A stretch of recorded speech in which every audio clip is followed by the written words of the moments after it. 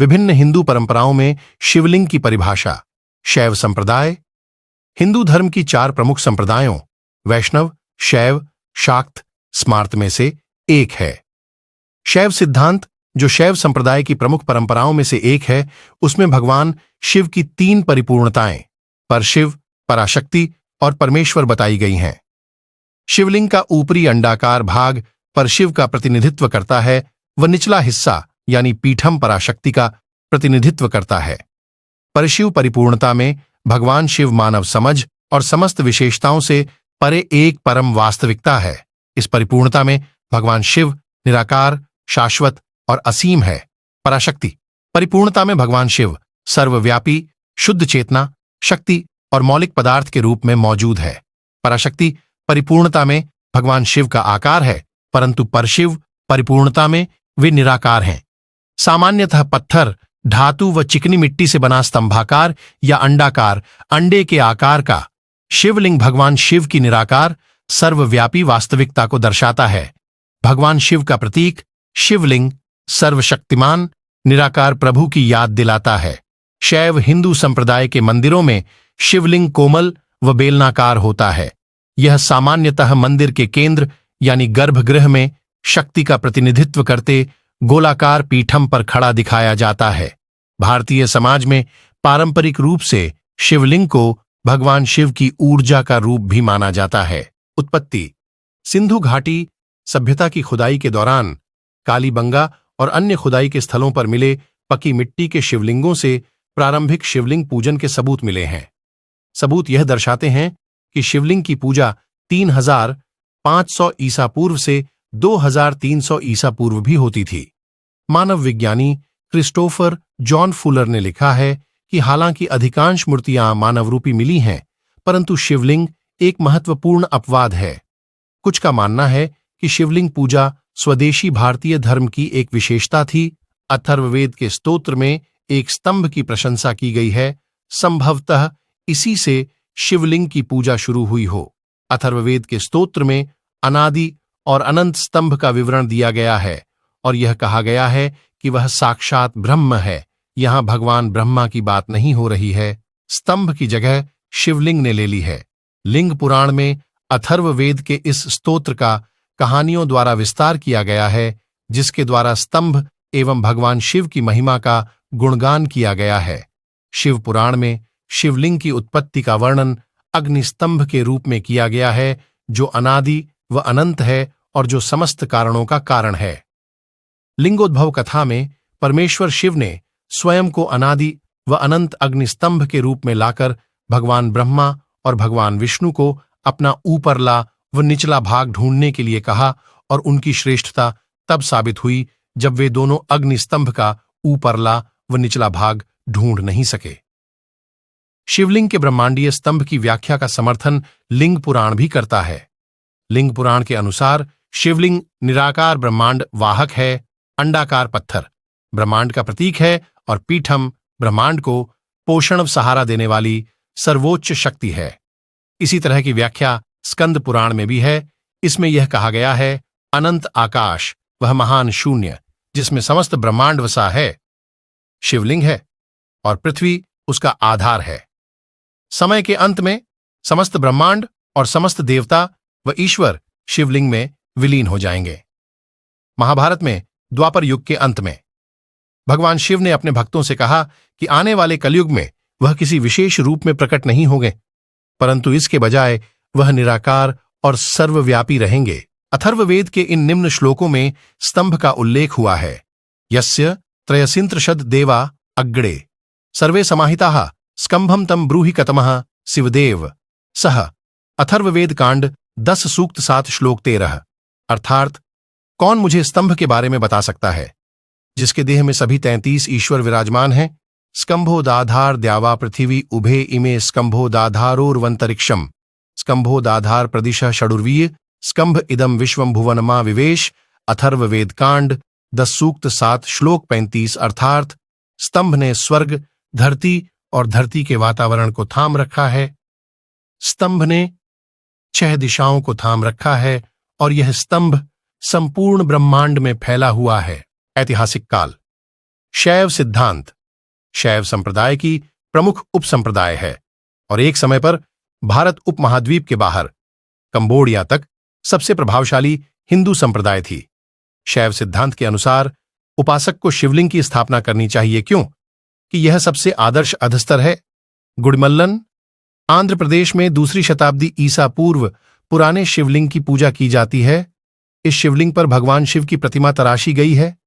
शिवलिंग का शास्त्रों में उल्लेख रुद्रोलिंग मुमा पीठम तस्मय तस्यै नमो नमः सर्वदेवात्मकम रुद्रम नमस्कुर्यात् पृथक पृथक। रुद्रहृदयोपनिषद श्लोक 23। अर्थ रुद्र अर्थ व उमा शब्द है। दोनों को साष्टांग प्रणाम है। रुद्र शिवलिंग व उमा पीठम है। दोनों को साष्टांग प्रणाम है। पिंड ब्रह्मांड्योरैक्यम लिंग सूत्रात्मनोरपि स्वापाव्याकृत्योरैक्यम स्वप्रकाशचिदात्मनोः योग कुंडलिनी उपनिषद 1.81। अर्थ संपूर्ण संसार और सूक्ष्म जगत एक है और उसी प्रकार शिवलिंग और सूत्रात्मन तत्व और रूप चिद्दात्मा और आत्मदीप्तिमान प्रकाश भी एक है। निधन पतये नमः निधन पतांतिकाय नमः ऊर्ध्वाय नमः ऊर्ध्वलिंगाय नमः हिरण्याय नमः हिरण्यलिंगाय नमः सुवर्णाय नमः सुवर्णलिंगाय नमः दिव्याय नमः दिव्यलिंगाय नमः भवाय नमः भवलिंगाय नमः शर्वाय नमः शर्वलिंगाय नमः शिवाय नमः शिवलिंगाय नमः ज्वलाय नमः ज्वलिंगाय नमः आत्माय नमः आत्मलिंगाय नमः परमाय नमः परमलिंगाय नमः। महानारायण उपनिषद 16.1। अर्थ नमस्कारों के साथ समाप्त होने वाले इन 22 नामों से शिवलिंग सभी के लिए पवित्र बनता है।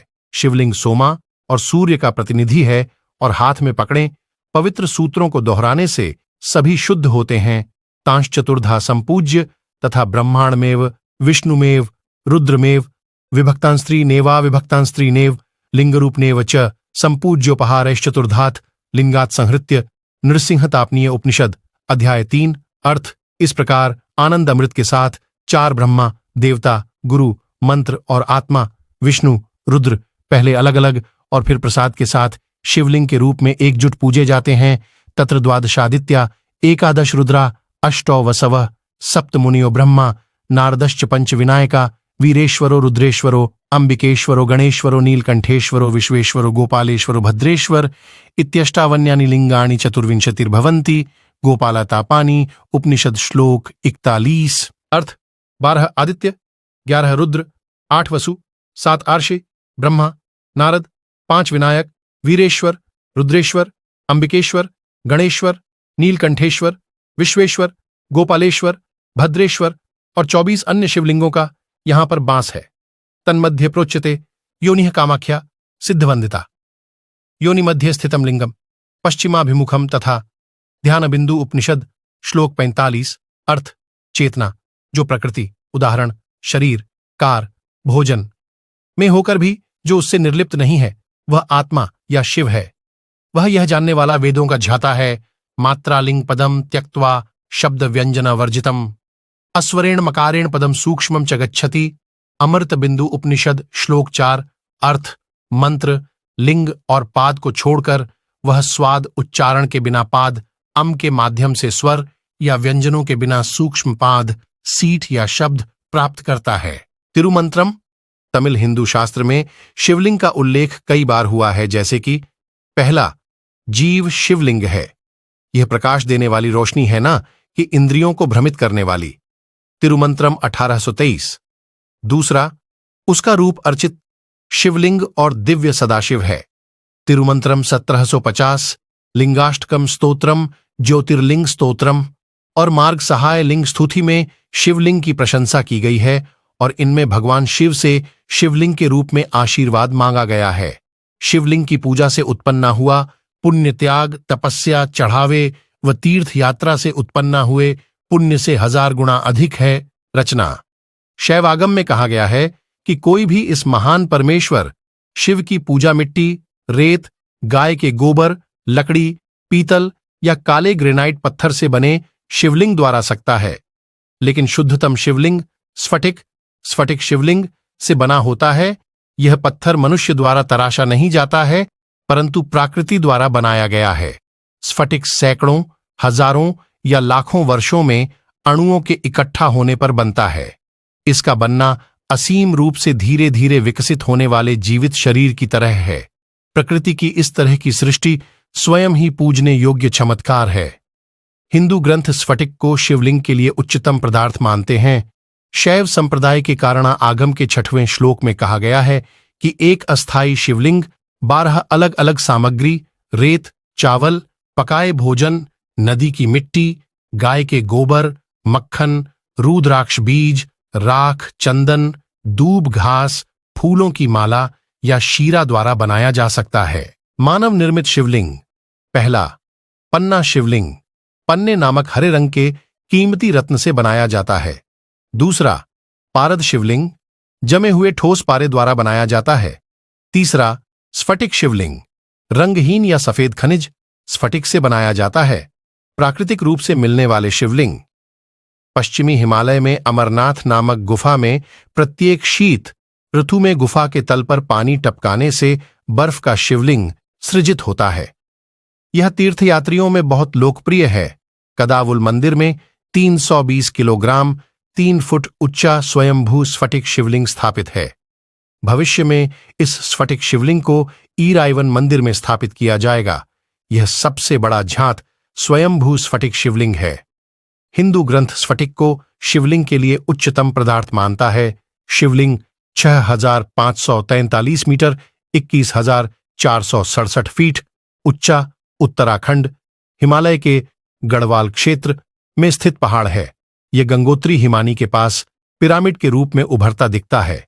गंगोत्री हिमानी से गोमुख की हिंदू तीर्थयात्रा करते समय यह विशेष कोणों से शिवलिंग जैसा दिखता है। आंध्र प्रदेश की बोरा गुफाओं में भी प्राकृतिक स्वयंभू शिवलिंग मौजूद हैं। बाणलिंग नर्मदा नदी के बिस्तर पर पाए जाते हैं। छत्तीसगढ़ का भूतेश्वर शिवलिंग एक प्राकृतिक चट्टान है जिसकी प्रत्येक बीतते वर्ष के साथ ऊंचाई बढ़ रही है। अरुणाचल प्रदेश का सिद्धेश्वर नाथ मंदिर का शिवलिंग सबसे उच्चा प्राकृतिक शिवलिंग माना जाता है। नक्काशी किए हुए शिवलिंग। मुखलिंगा पर भगवान शिव के एक या अधिक चेहरों की नक्काशी की गई हुई होती है। इन पर आमतौर से 1, 4 या 5 चेहरों की नक्काशी की गई होती है। लिंगोद्भव शिवलिंग पर लिंगोद्भव कथा की नक्काशी गई है। इस कथा में विष्णु और ब्रह्मा अग्निस्तंभ रूपी भगवान शिव का छोर खोजने की चेष्टा करते हैं।